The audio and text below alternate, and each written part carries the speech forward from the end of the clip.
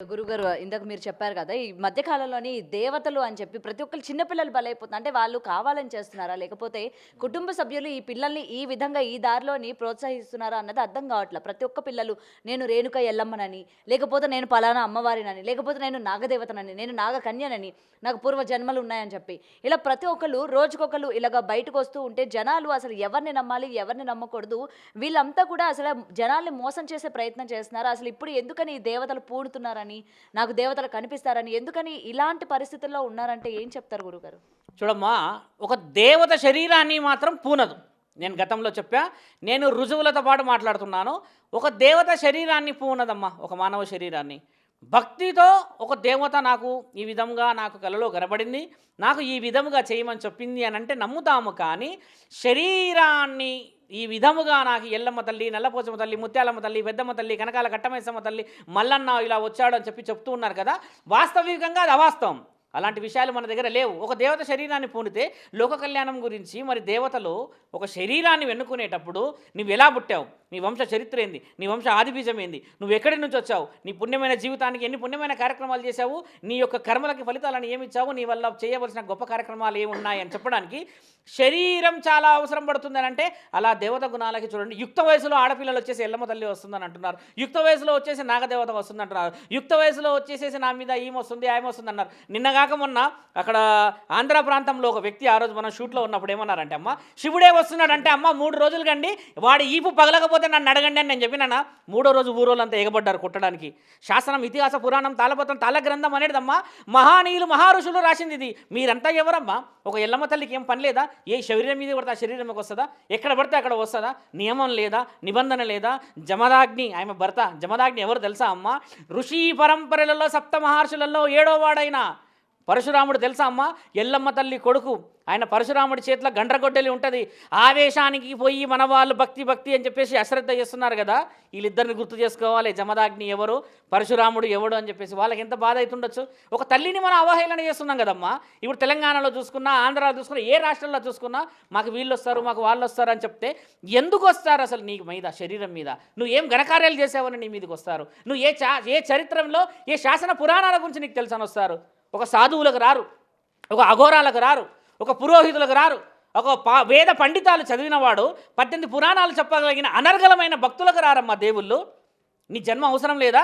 నువ్వు 10th class fail అవుతావో, inter fail అవుతావో, నీది ఏది ఉంటుందో తెలియదు. కానీ ఒక దేవత శరీరం మీదకి వచ్చేస్తుందా? అక్కడ వేదాలు పండితులు చదువుకొని అక్కడ మొత్తుకుంటున్నారమ్మా. 24 గంటలు అనర్గళంగా మంత్రాలు చదవగలరు వాళ్ళు. అలాంటి వాళ్ళ మీదకి దేవుడు ఎందుకు వస్తలేడు తల్లి? అలాంటి వాళ్ళ మీకు రాకూడదా దేవుడు? ఎవరి మీదకి రావాలి? దేవుడు ఎక్కడైతే విలువ ఉంటుందో, ఎక్కడైతే గౌరవం ఉంటుందో అక్కడ దేవుడు వస్తాడు కదా. నీ శరీరం ఏంది, నువ్వేంది, నీ పుట్టుకేంది, నీ తారం ఏంది, నీ తారత్వం ఏంది, నీ వంశం ఏంది, నీ అభివృద్ధి ఏంది, నీ జన్మం ఏంది అని చెప్పేసి ఇవన్నీ వదిలిపెట్టేసేసి ఒక దేవత అవలీలక శరీరం మీదకి వచ్చేస్తుంది అంటారమ్మా. అలా వచ్చినప్పుడు శాస్త్రంలో ఏముండేనంటమ్మా, పూర్వము ఒక దేవత శరీరం మీదకి వస్తే ఒకటి వేడివేడి సలాకు ఇట్లా నిప్పుల్లో పెట్టేసి అరికాళ్ళకు పెట్టేవాళ్ళంట. అలా పెట్టినప్పుడు అది పెట్టినప్పుడు ఆమె కూడా ఆశీర్వాదం ఇచ్చి బలంగా, ధర్మంగా, శాంతియుతంగా కూర్చుంటే ఓహో అమ్మవారు పూనారా అని అనుకునేవాళ్ళు. ఇప్పుడు అలాంటిది మొదలు పెట్టాలి. అలాంటిది పెడితే అప్పుడు అర్థమవుతుంది దేవత ఏడికి పూనింది, ఎక్కడి నుంచి ఎక్కడ వచ్చిందో. అలా చేసేవాళ్ళు. నా దగ్గర రుజువులు ఉన్నాయి. నేను మొన్న ఛానల్లో కూడా చెప్పా. దేవత వస్తుందంటే కర్నూల్లో ఒక స్త్రీకి చేతిలో నిప్పులేశారు. నిప్పులు వేయగానే ఆవిడ నిప్పులు పడేసేసి బయటకు ఉరికిందంట. ఉరికిన తర్వాత ఏందమ్మా ఏం జరిగింది, ఏం సంగతి అని అడిగితే బాధపడి చెప్తే చేతి ఓపెన్ చేసి చూస్తే చేతులు అన్ని బొగ్గులు ఉన్నాయమ్మా. ఎన్ని బొగ్గులు ఉన్నాయి. అలాంటివి చేయట్లేదు మనం ఇక్కడ. దేవత రాగానే ఇంకా తానా అంటే తందానా అనుకుంటే మనం ఎదురులాడుతున్నాము. ఇంకా వాళ్ళకి హద్దు పద్దు ఏది ఉండదు. అడిగే వాళ్ళు కూడా ఛానల్ వాళ్ళు ఎలా అడుగుతారా అర్థం కాదు. నీకు దేవత వస్తుంది కదా, నీకు ఏమొస్తున్నది, నా భవిష్యత్తు చెప్పు అని చెప్పేస్తే సిగం అనేది ఎందుకు ఊగుతారు తెలుసా అమ్మా? అసలు వీళ్ళకి సిగం అనేది లేదు ఇక్కడ. సిగానికి పూర్తి పేరు ఏం తెలుసా అమ్మా? సిగ కట్టకపోవడము అంతే. దాని పేరు సిగం అంటే ఊగడం కాదు. సిగ కట్టకుండా ధర్మ కార్యక్రమాలను చేయకుండా కొంతమంది ఉన్నారు. మొన్న చూసాము, ఆ అమ్మ ఎవరో నాకు తెలియదు, అలా చేస్తారు. ఎందుకు చేస్తారు ఆ సౌండ్లు అమ్మా? అలా సౌండ్ చేస్తుంది ఏ దేవతన్నా? దయ్యాలు భూతాలు గజ్జల సౌండ్ చేస్తాయి. నేను చెప్పాను కదా, ప్రేతాత్మలు గజ్జల సౌండ్ చేస్తాయి. దేవత ఎప్పుడూ శబ్దం చేయదు. బాగా గమనించండి. గర్భగుడిలో దీపం కూడా ఇలా కదలకుండా సైలెంట్గా ఎందుకు ఉంటుంది తెలుసమ్మా? సూక్ష్మంలో మోక్షం ఉంటుంది. పరమాత్ముడు చాలా చాలా ధ్యానంలో ఉంటాడు కాబట్టి ఆయనని డిస్టర్బ్ చేయొద్దు అంటారు. ప్రత్యక్షమైన గుడి శ్రీకాళహస్తిలో ఉన్న వాయులింగం అది కదులుతూ ఉంటుందంట, తండ్రి ఊపిరి పీల్చుకుంటాడు అంటాడు ఉన్నాడు. అదమ్మా భక్తి. నువ్వు ఎల్లమ్మ తల్లి అని చెప్పేస్తే మరి ఎల్లమ్మ తల్లి వచ్చిన శరీరంతో ఏం పనులు, ఏ విధంగా ఎక్కడ పోతున్నావు? నీ ఆరోగ్యం దెబ్బతింటుంది, వంశం దెబ్బతింటుంది, ఇల్లు సంసారం దెబ్బతింటుంది. నీకు చేసుకునేవాడు నువ్వు ఇలాంటి పనులు చేస్తున్నావు అని ఎవడు చేసుకోడు. మళ్ళీ చేసుకున్న వాడి చేతిలో నువ్వు ఏదో తెలియని వీళ్ళకి బలి అవుతావు. ఎంతమంది దేవతలు వచ్చినారని చెప్పిన వాళ్ళు ఈరోజు బతుకులు ఎలా ఉన్నాయి తెలుసా అమ్మ? బ్రతుకు కోసం చేసుకునే జీవితాన్ని దేవత పేరు పెట్టకూడదమ్మా. అలా పెట్టేంత ధైర్యం చేయొచ్చా? ఎంత గొప్ప చరిత్ర అమ్మ మన భారతదేశం. నేను భక్తున్నే కదా అని చెప్పి 100 మంది అంటారు కదా, అలా నువ్వు 100 సార్లు చెప్పు భక్తుడు కానీ దేవుడు నేను చెప్పుకోవడం ఎందుకమ్మా విలువ తీసేది? బోనం ఎత్తుకొని ఎల్లమ్మ తల్లి అంటే మరి ఎల్లమ్మ తల్లి బోనం ఎత్తుకుంటే మరి ఎవరికి ఇవ్వాలమ్మా బోనం తీసుకెళ్ళి? బాగా గమనించాలి కదా. ధర్మాన్ని పాటించే వాళ్ళకి విలువ ఇవ్వాలమ్మా, శాసనాన్ని చెప్పే వాళ్ళకి విలువ ఇవ్వాలమ్మా, ఒక పురోహితుడికి విలువ ఇవ్వాలమ్మా, ఒక గౌరవమైన స్థానం ఉన్న సాధువులకు విలువ ఇవ్వాలమ్మా, అఘోరాలకి విలువ ఇవ్వాలమ్మా. వీరందరూ కూడా కారణ జన్ములై కారణం చేత పరమాత్ముడి కోసము వారి ప్రాణాన్ని కూడా పనంగా పెట్టిన వాడే శ్రీ అన్నమయ్య. మీకు తెలిసిందే కదా ఎంతటి అమర్యాద జరిగింది. రామదాసు ఎంతటి అమర్యాద జరిగింది. ఈరోజు భద్రాచలంలో చూడట్లేదా? ఈరోజు వెళ్ళి అన్నమయ్య గుడి మనం వెళ్ళి చూస్తలేమో తిరుపతిలో. అదమ్మా భక్తి అంటే. ఎక్కడ భక్తి అమ్మా ఇదంతా? ఎక్కడ తెప్ప ఇవన్నీ విషయాలు? అలా కారణ జన్ములు భిక్షాటన చేసుకుంటూ వచ్చి ఆయన ఆశీర్వాదం నాకు రావాలని చెప్పినవాడు జగద్గురు ఆదిశంకరాచార్యులు. ఈరోజు గురువే అంటున్నామా, ఆయన దేవుడు అంటున్నామా? మహానీయులు మహాముక్కంటి చెప్పిన విషయాలు వివరంగా అందించాడు. జగద్గురువు ఒక్కడు, ఆయనే శ్రీకృష్ణుడు అని చెప్పి అని అంటాం కదా. జగద్గురువు ఆది శంకరాచార్యులు అంటారు. అంటే గురువు అనేవాడు ఒక శరీరాన్ని పూని ఒక వ్యక్తులను ఇలా చేసి భక్తి మార్గంలో నడిపించేది. మన దగ్గర రాసున్న తాళపత్రాలు ఉన్నాయి కదా, గ్రంథాలు ఉన్నాయి కదా. వీరబ్రహ్మేంద్ర స్వామి గారు అన్నారు కానీ దేవుడు వీరబ్రహ్మేంద్రం అన్నారా? కాల జ్ఞానాన్ని రాశాడే. 1610వ శతాబ్దంలో పుట్టి బనగానపల్లి కర్నూలులో రాశాడే. ముచ్చట్ల గుట్ట, రవ్వల గుట్ట, ఆయన తవ్విన చెరువు, ఆ చెవిన రాళ్ళు ఇన్ని కనబడుతున్నాయి కదా. అదమ్మా మహాభక్తి అంటే. అఘోరాలు ప్రాణాలను సేకరించేసుకొని ప్రాణాలను వదిలిపెట్టి కొండల్లో ఏళ్ళలో కూర్చొని వస్తున్నారుగా కుంభమేళలకి. అదమ్మా మహాభక్తి అంటే. ఒక బ్రాహ్మణుడు పూటకు కూడా గతి ఉండదమ్మా తినడానికి. పొద్దంతా కూర్చొని దేవుడి దగ్గర అర్చన చేస్తూనే ఉంటాడు. ఆయన మీదకి రావడా దేవుడు?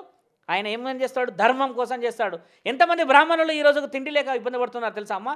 ఒక్కరోజు కూడా అబద్ధం ఆడరు వాళ్ళు. ఒక్కరోజు కూడా నాకు దేవుడు వస్తాడని చెప్పరారు. గర్భగుడిలోనే కూర్చుంటారుగా. దేవుడు ఇమీడియట్లీ రావచ్చుగా, పక్కనే ఉంటాడుగా. వాళ్ళకి ఎందుకు రాడు దేవుడు? ఒక పురోహితుడికి ఎందుకు రాడు దేవుడు? ఒక సాధువులకు ఎందుకు రాడు దేవుడు? ఎక్కడో పుట్టిన నీకు అంత అవలీలగా నా తల్లి ఎల్లమ్మ దొరికిందా? ఒక్కసారి నేను కోరుకునేది ఏంటంటే ఎల్లమ్మ తల్లి ప్రత్యక్షమైతే ఇక ఆవిడ 5 పడగలిప్పి అందరిని వేసుకుపోవాలమ్మా. ఎందుకమ్మా ఈ ధర్మం? తప్పుతో బట్టి నీవు తప్పులో పడకూడదు. నాగదేవత అంటే ఏడబడతాడు తవ్వేస్తామా? అనంత పద్మనాభ స్వామి ఎవడు కట్టాడు? మీ తాత కట్టాడా, మా తాత కట్టాడా? అనంత పద్మనాభ స్వామి గుడి ఎవరిది? ఆ చరిత్ర ఎవరిది? ఆ ఘనమైన అసలు అందులో ఉన్న నిధి నీకెందుకు ఆ నిధి? నువ్వు పెట్టావా? నువ్వు పెట్టిన రుజువా? నీకెందుకు అది? ఒక కారణ జన్ముడు అడగడమ్మా అవసరం ఉండదు. అసలు నిధులు నీకోసం పెట్టారా? భూరక్షణ కోసం పెట్టారుగా. ఎంతమంది చెప్పట్లేరు ఈరోజు భూశాస్త్రవేత్తలు?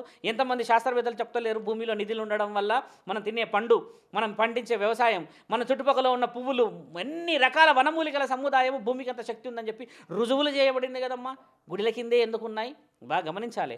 పవిత్రమైనది ఎవరు తీయకూడదని, పవిత్రమైనవి అందరికీ అందాలని, భవిష్యత్తు ప్రణాళికలకు బలంగా ఉండాలి, తిండి బాగా బలమైన దొరకాలని. ఇంత ఆధునికమైన కూడా ఆ గుడిలో కింద ఉన్నాయిగా. నువ్వు ఎందుకు సముద్రంలోకి పోవు? సముద్రంలో కూడా ఉన్నాయిగా. ద్వారకాలో పోయి మునిగిరండి, మరి తీసుకురండి. ఎందుకంటే అందులో ఎవరు మునగలేరుగా, ప్రాణాలు పోతాయి. అనంత పద్మనాభ స్వామి ఊరికే కూర్చున్నాడు అలా పండుకొని. ఆయన పడుకున్నారు అనుకుంటారు వీళ్ళందరూ. లేచి ఒకటి పగలగొడతాడని చాలామందికి తెలుసు. ఈమె ఒకటే ప్రయత్నం చేసిందా? ఏం అనంత పద్మనాభ స్వామి గుడి అయితేనేంది, రేణుకా ఎల్లమ్మ తల్లి అయితేంది, నల్లపోచమ్మ తల్లి అయితేంది, ఎవరైతేందమ్మా వాళ్ళు దేవతల తల్లి. వాళ్ళని తక్కువ అంచనా వేయడం ఎందుకమ్మా? మీరందరూ గ్రామ దేవతలకు ఎంత విలువ ఉందమ్మా మన దగ్గర? గ్రామ దేవతలను అంత చులకగా కనబడుతున్నారా? గ్రామాలు కాపాడడానికి పొలిమేరలో కూర్చొని ఉన్నారమ్మా పోతరాజులయ్యి. పోతరాజు ఏడున్నాడో మీరు అన్నట్టుగానే మనం చేసే ఈ పూజల్లో పోతరాజును లేపాలమ్మా. లేపి అందరికీ గావుకేక పెట్టి ఆయన గొంతులు కొరికేవాడంట రక్తం తీయడానికి. అలా చేసి పెట్టాలి. ఇప్పుడు పగలగొట్టేటాడు లేక ఆ దేవత, ఈ దేవత, ఈ దేవత, ఆ దేవత. ఏ దేవతమ్మా? నీ కన్న తల్లిని పూజించలేని నువ్వు చదువుకునే చదువు చక్కగా రాలేదు నీకు. నువ్వు ఏం డిగ్రీ చదివావా, ఇంటర్ చదివావా, మాస్టర్ డిగ్రీ చదివావా? నీకు జ్ఞానమే లేదు. లోక జ్ఞానం గురించి మాట్లాడతావు, పరిజ్ఞానం గురించి మాట్లాడతావు, శాస్త్రవేత్తలు ఇచ్చిన ఆ మహాజ్ఞానం గురించి మాట్లాడతావా? నా పరంపర ఋషి పరంపరమ్మా. ఎక్కడ ఋషువులు, ఎక్కడ సాధువులు, ఎక్కడ అఘోరాలు, ఎక్కడ పురోహితులమ్మా? త్యాగం చేసి తిరుగుతురు తల్లి వాళ్ళు. అడుక్కుంటురమ్మా వాళ్ళంతా. గుడి డెవలప్ చేయండి, ఏమన్నా కార్యక్రమాలు చేయండి. అలాంటి వాళ్ళ మీదకి రాడా దేవుడు? ఏమీ తెలియని నీకు భలే వచ్చేస్తున్నాడే. అలాంటి తప్పు లెక్కలు చేసి మన వంశాలు కోల్పోతున్నాం. కొన్ని వంశాలకి శాపం తగులుతుంది. ఆ వంశం శాపం తగిలి 11-12 తరాల వరకు భిక్షాటన చేసిన పోదు ఆ పాపము. అంత సులభంగా వదిలిపెట్టరు ఆ దేవాది దేవతలు. కలియుగంలో ఇవన్నీ ఇంకా ఎన్ని చూడాలో అమ్మా. ధర్మం గురించి పోండిరా నాయన అని అంటే దేవతలు వచ్చారు. అందరి మీద దేవతలే వస్తే మరి ధర్మం గురించి ఎవరు పోరాడాలి? దేవతలు పోరాడుకోవచ్చుగా. ఏ లోక కళ్యాణం గురించి అడగొచ్చుగా. అడిగే వాళ్ళు కూడా యాంకర్లు కూడా అడిగేది ఏంటంటే అమ్మ అవగాహన లేని ప్రశ్నలు.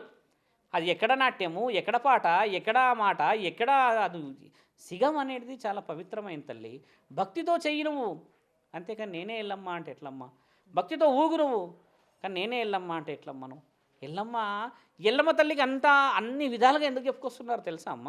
ఎల్లమ్మ తల్లి తెలంగాణకు ఇలవెలుపు. మీకు తెలిసిందా? తెలంగాణ ముత్తైదు అంటారు ఆవిడని.